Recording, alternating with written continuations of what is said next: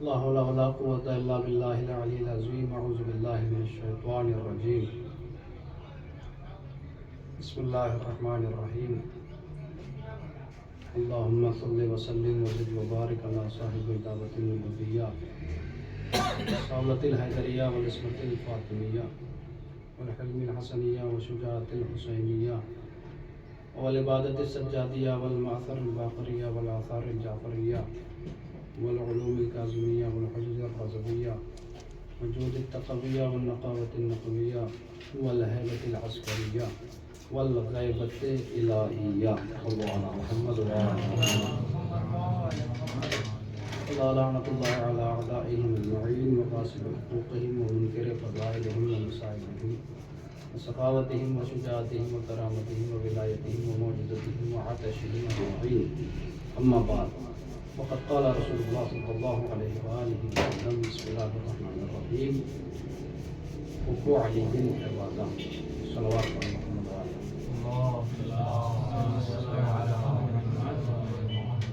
حاضرین گرامی قدر اور ارباب دانش صاحبان فہم فکر، میں نے سفرنامہ کلام میں جس رسول کی جس حدیث کو پڑھا ہے، اس سے پہلے 13 رجب کو بھی یہاں پہ تقریر کی تھی، تو اسی عنوان سے کی تھی، اور 3 حدیثیں اس کے علاوہ بھی بیان کی تھی، لیکن 3 حدیثیں پے در پے بیان کی تھی کہ رسول نے فرمایا: نظر الی وجہ علی بن ابی طالب عبادہ، نظر الی حب علی عبادہ، ذکر علی عبادہ. بتایا یہ تھا، بس 1 منٹ کی تمہید بتایا یہ تھا تاکہ جو عرض کرنا چاہ رہا ہوں اس سے مربوط ہو جاؤں اور جہاں سے چھوڑا تھا اسی سے متصل کر دوں. بتایا یہ تھا کہ ان تینوں حدیثوں میں خاص ربط پایا جاتا ہے، اور ربط کیا تھا وہ بھی آپ کی خدمت میں عرض کیا تھا کہ رسول نے فرمایا کہ علی کے چہرے کی طرف دیکھنا عبادت ہے. اب اگر کوئی آنکھوں سے دیکھ نہیں سکتا، اس میں صلاحیت نہیں ہے کہ وہ دیکھ کے عبادت کر سکے، تو اس کے لیے رسول نے فرمایا: ذکر علی عبادت، کہ علی کا ذکر عبادت ہے. عزیزان گرامی، لیکن اگر کوئی ایسا ہے کہ جو گونگا بھی اور بہرا بھی ہے، تو وہ نہ بول کے عبادت کر سکتا نہ سن کے عبادت کر سکتا ہے، تو اس کے لیے رسول نے فرمایا حب علی عبادت، علی کی محبت عبادت ہے. مطلب یہ تھا کہ اندھا کہہ سکتا ہے کہ میرے پاس آنکھ نہیں، بہرا کہہ سکتا ہے میرے پاس کان نہیں، گونگا کہہ سکتا ہے میرے پاس زبان نہیں، لیکن یہ کوئی نہیں کہہ سکتا ہے کہ میرے پاس دل نہیں ہے. یہ کوئی نہیں کہہ سکتا کہ میرے پاس دل نہیں ہے. عزیزان گرامی، یہ رسول نے حدیثیں یہ بیان کی تاکہ کسی کے پاس علی کو نہ ماننے کا بہانہ موجود نہ رہے. عزیزان گرامی، جب آپ تاریخ پڑھیں گے تو پریکٹیکلی عملی طور پر تاریخ میں ایسا ہوا کہ لوگوں نے غدیر کا سننے سے بھی انکار کیا، دیکھنے سے بھی انکار کیا.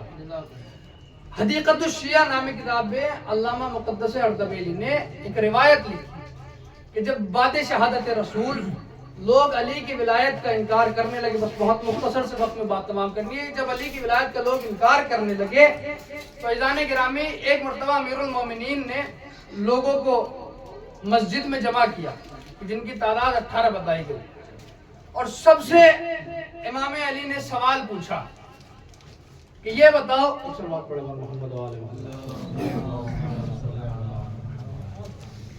ایک اور صلوات پڑھیں. تو امیر المومنین نے جمع کیا اور پوچھا کہ یہ بتاؤ، کیا رسول خدا نے غدیر کے موقع پر مجھے مسلمانوں کا جانشین بنایا تھا یا نہیں بنایا تھا؟ توجہ، ایک کو اٹھایا، اس سے پوچھا تو بتا. اس نے کہا کہ یا علی، میں بہت دور بیٹھا تھا تو لہٰذا میں سن نہیں پایا کہ رسول نے کہا کیا تھا. تو علی نے کہا کہ اگر سن بھی لیا تھا تو اب نہیں سن پائے گا. دوسرے کو اٹھایا، اس سے پوچھا تو بتا بھائی تو نے غدیر میں کیا دیکھا؟ تو اس نے کہا کہ یا علی، غدیر کے میدان میں دھوپ بہت تیز تھی تو میں نے اپنا امامہ کھولا اور اپنے منہ پر باندھ لیا تو میں دیکھ نہیں پایا کہ غدیر میں ہوا کیا تھا. تو علی نے کہا کہ اگر دیکھ بھی لیا تھا تو اب نہیں دیکھ پائے گا. اس واقعے کے بعد راوی جو روایت کر رہا ہے وہ یہ کہتا ہے کہ یہ شخص جس نے یہ کہا تھا کہ یا علی میں دیکھ نہیں پایا کہ غدیر میں ہوا کیا تھا، اب راوی کہتا ہے اس واقعے کے بعد جب بھی اپنے گھر سے نکلا تو چہرے کو چھپا کے نکلا ہے، چہرے کو چھپا کے نکلا ہے۔ مطلب یہ ہے کہ اگر علی کے فضائل چھپاؤ گے تو منہ دکھانے لائق بھی نہیں رہ پاؤ گے۔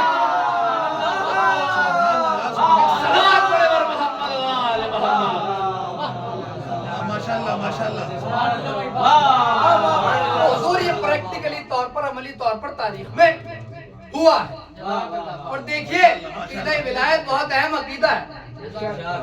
آپ سب علماء ہیں، فاضل ہے، بہرحال مجھ سے بہتر جانتے ہیں۔ دیکھیے کسی ایک عقیدے کا نام اسلام نہیں، بہت سارے عقائد ملتے ہیں تو ایک اسلام بنتا ہے، اور ان سب عقیدوں میں سب سے اہم عقیدہ عقیدہ ولایت جناب امیر۔ اس کے لیے آپ کی نگاہوں میں پیش نظر آپ کے ذہنوں میں بہت ساری حدیثیں ہوں گی رسول کی اور ائمہ علیہ السلام کی۔ دیکھیے جب نماز کا حکم آیا تو صرف نماز کا حکم آیا، اللہ نے کہا نماز پڑھو، لیکن یہ نہیں کہا کہ اگر دنیا کے تمام لوگ نماز پڑھتے تو میں جہنم کو خلق نہ کرتا۔ جب حج کا حکم آیا تو اللہ نے کہا کہ حج کرو، لیکن یہ نہیں کہا کہ اگر دنیا کے تمام لوگ حج کرتے تو میں جہنم پیدا نہ کرتا۔ جب خمس کا حکم آیا تو کہا کہ خمس دو، لیکن اللہ نے یہ نہیں کہا کہ اگر دنیا کے تمام لوگ خمس دیتے تو میں جہنم کو پیدا نہ کرتا۔ لیکن جب علی کی ولایت کا مسئلہ آیا تو اللہ نے کہا لو اجتمع الناس علی ولایت علی لما خلقت النار، کہ اگر دنیا کے تمام لوگ علی کی ولایت پر جمع ہو گئے ہوتے تو اللہ جہنم کو پیدا نہ کرتا۔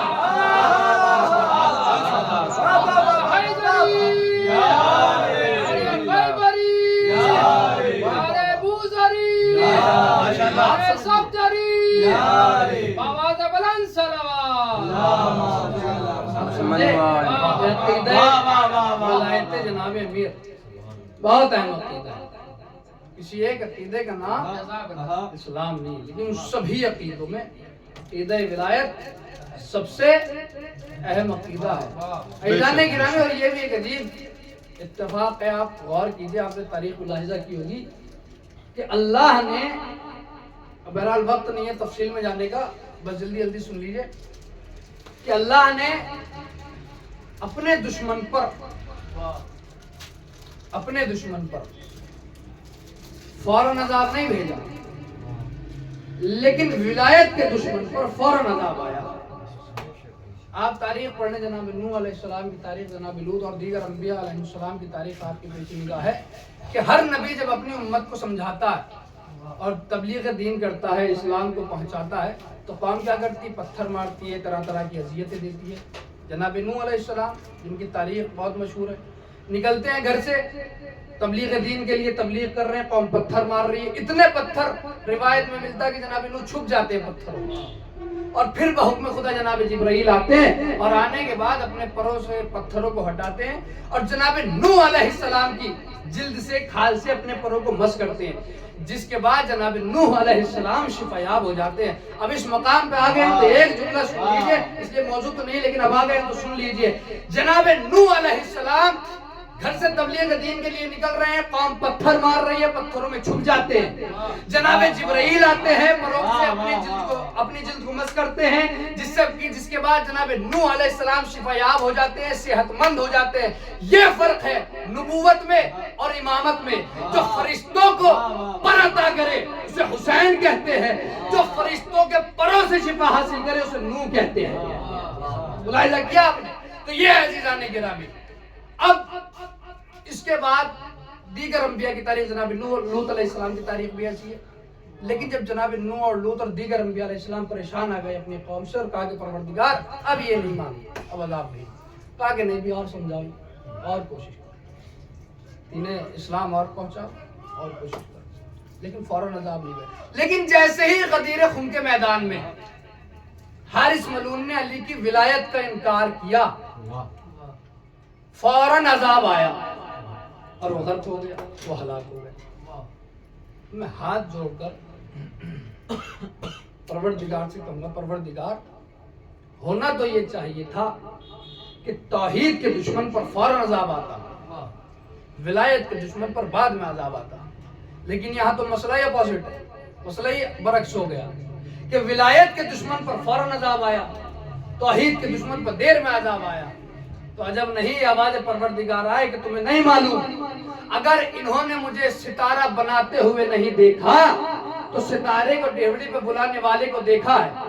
ان کے پاس میرے نہ ماننے کا بہانہ موجود ہے، لیکن علی کو نہ ماننے کا بہانہ ان کے پاس موجود نہیں ہے. کہا کہ وہ کیسے؟ کہا کہ اگر انہوں نے مجھے سورج بناتے ہوئے نہیں دیکھا تو سورج کو پلٹانے والے کو تو دیکھا ہے. توجہ ہے جانے گرامی، بس تمام کر رہا ہوں گفتگو. ان کے پاس مجھے نہ ماننے کا بہانہ موجود ہے، لیکن علی کو نہ ماننے کا بہانہ موجود نہیں ہے، اس لیے کہ علی کی ولایت کا مسئلہ کوئی اندیکھا مسئلہ نہیں تھا، 1.25 لاکھ کے درمیان کا معاملہ تھا. ایک صلوات پڑھے ور محمد و آل علی کی ولایت کا مسئلہ 1.25 لاکھ کے درمیان کا مسئلہ تھا. یہ عزیزان گرامی بہت اہم عقیدہ ولایت. اور دیکھیے جنہوں نے ولایت میں سوچ بچار کیا، حتیٰ کہ رات میں روایت پڑھ رہا تھا، انبیاء علیہ السلام کو سرزنش کی گئی صرف اس بات پہ کہ جس نے تھوڑی تاخیر سے ولایت کو قبول کیا. رات ہی میں نے یہ روایت پڑھی. انبیاء علیہ السلام تو ہماری اور آپ کی تو حیثیت کیا ہے اور اوقات کیا اور بساط کیا ہے. عزیزان گرامی رسول نے، شیخ صدوق علیہ الرحمہ نے اس حدیث کو لکھا ہے رسول کی. شک کرنا بہت بڑی بات ہے، علی کے بہت سے فضائل ہیں. رسول کی حدیث شیخ صدوق علیہ الرحمہ نے لکھی کہ رسول فرماتے ہیں بسم اللہ الرحمن الرحیم الشاق فی فضل علی یحشرہ اللہ یوم القیامہ من قبرہ وفی عنقہ طوق من نار 300 شعبۃ علی کل شعبۃ منها شیطان یقلہ فی وجہہ ویدخل فی. یہ ایک فضیلت میں شک کرنے والے کی سزا ہے. ایک فضیلت میں رسول کیا فرما رہے ہیں؟ دیکھیں حدیث اور ترجمہ اور عربی سب آپ سمجھ گئے، لیکن مجھے اپنی بات آپ تک پہنچانی ہے، اس لیے تھوڑا سا آپ کا وقت لوں گا. رسول نے فرمایا کہ جو علی کی ایک فضیلت میں شک کرتا ہے، جس نے علی کی ایک فضیلت میں شک کیا تو اس کو قیامت کے دن کس عالم میں اور کس حالت میں محشور کیا جائے گا؟ اس کی گردن میں آگ کا ایک توق ہوگا. 300 شعبۃ، 300 سرے، 300 حصے ہوں گے. اللہ کل شعبۃ منہا شیطان، ہر حصے پر ایک شیطان بیٹھ رہا ہوگا کہ جو اس کے منہ پر تھوک رہا ہوگا. دشمن جناب امیر کا مقدر ہی یہی ہے کہ اس میں دنیا میں بھی تھوتو ہو، آخرت میں بھی تھوتو ہو. صلوات پڑھے ور محمد و آل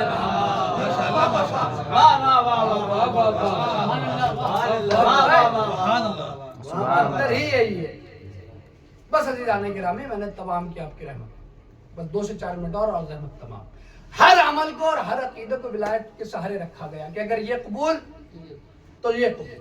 اگر ولایت قبول تو آپ کا حج، روزہ، نماز، زکوٰۃ، خون، صلاۃ، صدقہ، خیرات سب قبول. لیکن اگر ولایت قبول نہیں تو کچھ قبول نہیں. لیکن ولایت کو بھی ایک جگہ آ کے روک دیا گیا کہ اگر یہ عمل نہ کیا تو ولایت قبول نہیں. بس آخری بات ہے اور رحمت تمام. اگر یہ عمل نہ کیا تو ولایت قبول نہیں. ہم خدمت رسول میں آئے گا یا رسول اللہ وہ کون سا عمل ہے اور وہ کون سا کام ہے کہ جس کو اگر انجام نہ دیا تو ولایت قبول نہیں ہوگی. تو رسول نے فرمایا بسم اللہ الرحمن الرحیم یا علی ان ولایتک لا تقبل الا بالبراءۃ من اعدائک. اے علی آپ کی ولایت بھی قبول نہیں ہوگی مگر یہ کہ آپ کے دشمنوں سے اظہار بیزاری ہو، اظہار برات ہو. حدیث آپ نے سن لی، رسول نے کیا فرمایا کہ ولایت قبول نہیں اگر ان کے دشمنوں سے اظہار بیزاری نہیں، اگر ان کے دشمنوں سے اظہار تبرہ نہیں، اظہار برات نہیں. مطلب یہ ہے کہ صرف یا علی مدد کہنے سے کام نہیں چلے گا جب تک یا علی مدد کے ساتھ برعمر لعنت نہ ہو. صلوات پڑھے ور محمد و آل محمد. تمام کی آپ کو یہ جناب امیر علیہ السلام کی ولایت بہت اہم عقیدہ ہے. اور اکثر جب میں اس مقام پہ ہوتا ہوں تو ایک جملہ کہتا ہوں کہ یہ وہ مقام، یہ وہ عقیدہ ہے کہ اس عقیدے کی اہمیت کا اندازہ آپ اس بات سے لگائیں اور اس جملے سے لگائیں کہ اس ولایت کے لیے وہ بچہ شہید ہوا کہ جو اس دنیا میں نہیں آیا. جانے کے رہا وہ سب تاریخ کے چیزیں ہیں وہ سب آپ کے ذہن میں آپ کے پیش نظر ہیں کہ کیسے کیسے واقعات سامنے ہیں. اور یہ جتنے بھی ظلم اہل بیت علیہ السلام پر اٹھائے گئے یہ سب ولایت جناب امیر کی وجہ سے. اس کے بہت سے دلائل ہیں، آپ سب کے خیال تاریخ آپ سب کے موجود ہے. کربلا کا اتنا بڑا معرکہ جو سجا یہ بھی ولایت کی. اصحاب انصار قتل ہو ولایت بچا تاکہ اور محمد جناب قاسم سب قتل کر دیے ولایت کے دفاع میں، ولایت کے لیے. یہاں تک کہ زینب نے سلام اللہ علیہ جناب زینب نے اپنی چادر دی کس لیے؟ ولایت. آخر میں حسین کے پاس ایک 6 مہینے کا بچہ، حسین مقتل میں اور آواز بلند کر رہے حل من ناصر جلسو. 6 مہینے کے بچے کے دفاع ولایت کے لیے اپنے کو جھولے سے گرا دیا. جانے گرامی بس 2-3 جملے مسائل کے سن لیجیے اور بات تمام ہو. جیسے جناب سیدہ کو آپ کے ہنسو پسند ہے ویسی گریے کی بلند آوازیں بھی پسند ہیں. آپ کا اور ہمارا کوئی امام ایسا نہیں ہے کہ جس نے یہ نہ کہا کہ جب بھی میرے جد حسین علیہ السلام کی مظلومیت بیان ہو تو چیخے مار کے رویا کرو. اس کی وجوہات تاریخ نے لکھی. عزیزان گرامی پہلی وجہ جو خود امام حسین علیہ السلام نے بتائی، امام نے فرمایا انا قتیل الابرہ کہ مجھے رلا رلا کے قتل کیا گیا. دوسری وجہ جو سید سجاد نے بتائی کہ 11 محرم کے بعد جب ہم اسیروں کا قافلہ یہ ملعون لے کر چلے، اگر ہم میں سے کوئی اپنے شہیدوں کو یاد کر کے رونا چاہتا تھا تو ظالم ہمارے سروں میں نیزے کی علی چبھوتے تھے. اجرکم اللہ. عزیزان گرامی امام حسین نے آواز بلند کی کہ 6 مہینے کا بچہ ہے جو دفاع ولایت کے لیے جا رہا ہے. حسین قتل گاہ میں لے کے آئے، حسین مقتل میں لے کے آئے. ایک مرتبہ امام حسین علیہ السلام نے کہا کہ اگر تمہاری نظر میں یہ حسین خطاوار فاطمہ کا لال خطاوار تو اس 6 مہینے کے بچے کی کیا خطا ہے؟ اسے تو پانی دے دو. عزیزان گرامی یہ سننا تھا کہ فوج یزیدی میں کہرام برپا ہوا. عمر سعد کی آواز آئی آئینہ آئینہ حرملہ اقتا کلام الحسین. حرملہ کہاں ہے؟ حسین کے کلام کو قطع کر دے. یہ کہنا تھا کہ حرملہ نے عزیزان گرامی کمان کو اٹھایا اور تیر کو کمان میں رکھا، چھوڑنے کا ارادہ کیا. اس کا تیر زمین پہ گرا. اس نے دوسری مرتبہ تیر کو کمان میں رکھا، چھوڑنے کا ارادہ کیا، پھر اس کا تیر زمین پہ گرا. اس نے تیسری مرتبہ تیر کو کمان میں رکھا، پھر علی اصغر پہ اس ملعون نے تیر کو چھوڑنے کا ارادہ کیا. اس کا تیر پھر زمین پہ گرا. ایک مرتبہ عمر سعد قریب آیا اور آنے کے بعد کہتا ہے حرملہ اگر کوئی مجھ سے پوچھتا تھا کہ تیرے لشکر میں سب سے بڑا تیر انداز کون ہے میں تیرا نام لیتا تھا، لیکن تجھے آج کیا ہو گیا ہے کہ تو تیر تو چلاتا ہے لیکن تیرا تیر نشانے پہ نہیں جاتا، زمین پہ گر جاتا ہے. حرملہ کہتا ہے کہ عمر سعد ذرا میری جگہ پر تو آ کر دیکھ. ارے میں تیر کو کمان میں رکھتا ہوں، نشانہ لیتا ہوں، عسکر پہ چھوڑنے کا ارادہ کرتا ہوں. مجھے حسین کے ہاتھوں پر کبھی رسول نظر آ رہے ہیں، کبھی بطول نظر آ رہی ہے. میں ایک مرتبہ عمر سعد نے کہا حرملہ ارے تو تیر کو چلا چاہے کسی کو بھی لگے. اس ملعون نے ارے تیر کو چھوڑا. ارے تیر نے علی اصغر کی سمت چلنا شروع کیا. ارے ہوا میں تیر ہے. عزیزان گرامی سنسناتا ہوا تیر علی اصغر کی طرف آیا. مقتل نے بہت سے فقرے لکھے، ان میں سے ایک فقرہ لکھا صبح الطفل من الاذن الى الاذن کہ علی اصغر اس کان سے اس کان تک ذبح ہو گئے، اس کان سے اس کان تک ذبح ہو گئے. اور علی اصغر کے کان سے نکل کر تیر حسین کے بازو میں جا لگا. بازو میں لگنا تھا کہ ایک مرتبہ عجب نہیں شہزادے نے ماں سے کہو امارا باپ مجھے معاف کر دینا.